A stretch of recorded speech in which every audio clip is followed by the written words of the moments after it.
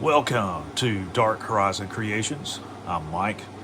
I want to take just a moment and speak to those of you who collect the Star Wars Micro Galaxy Squadron, particularly those of you who own the U-Wing and you're considering customizing it or trying to repair it. This particular ship has a number of quality control issues, including warp laser cannons like you see on mine and warp strike foils. And I recently picked up two of the Target exclusive Rogue One U-Wings, and one of those had warp strike foils out of the box. I tried unsuccessfully for nearly 4 days to repair that, and they could not be fixed. And I actually broke that ship tonight trying to disassemble it, and I want to show you guys why you cannot completely disassemble this toy, and if you try, you're going to break it. So to begin, I want to roll it over so you can see the bottom. And you've got a number of screws beginning up here at the front, right in front of the ventral viewport. There's a Phillips head screw here. And you've got two, if I can get the hatch to close, you've got two, one there and there's one here.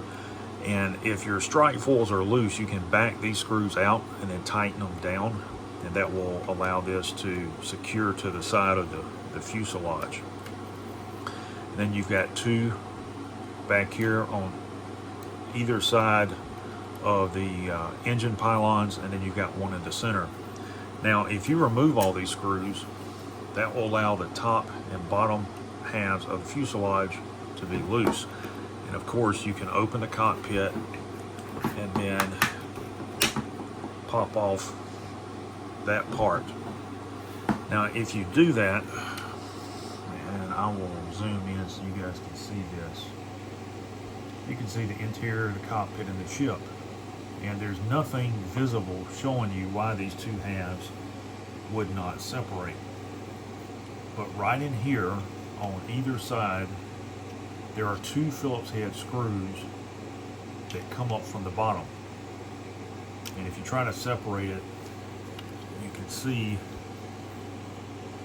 the bottom half of the screws, and they're here. They're located here, outboard of the forward landing struts.